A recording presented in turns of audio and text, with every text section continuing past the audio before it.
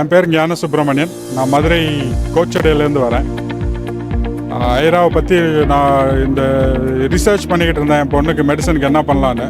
அப்போது திடீர்னு வியட்நாம் பற்றியும் ஒரு ஐடியா வந்தது.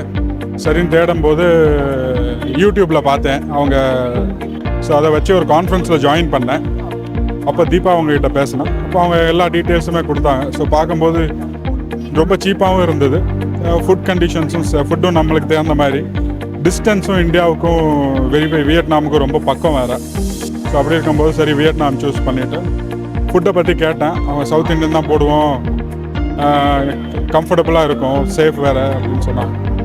வியட்நாமீஸ் கண்டிஷனும் ரொம்ப நல்ல கண்டிஷனாக, மக்களும் ரொம்ப நல்ல மக்கள். என் ஃப்ரெண்ட்ஸ் எல்லாம் அங்கே இருக்காங்க, 2-3 ஃப்ரெண்ட்ஸ் இருக்காங்க. ஸோ அவங்கெல்லாம் சொன்னாங்க. ஸோ அதுதான் சரி, என் பொண்ணு நீட் ட்ரை பண்ணால் 2-3 தடவை.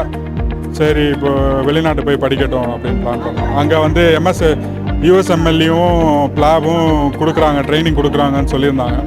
ஸோ அதை பண்ணிவிட்டு அப்படியே யூஎஸ்க்கு இல்லைனா இங்கிலாண்டுக்கு ட்ரை பண்ணலான்னு வேறு பார்க்குறாங்க. அங்கே முடித்த உடனே, வியட்நாமில் முடித்த உடனே அவங்க கிடச்சிரும்ன்ற நம்பிக்கை இருக்குது. ஸோ அதனால் எல்லாருக்கும் அட்வைஸ் பண்ணுவேன், வியட்நாம் ட்ரை பண்ணுங்க. தேங்க்யூ.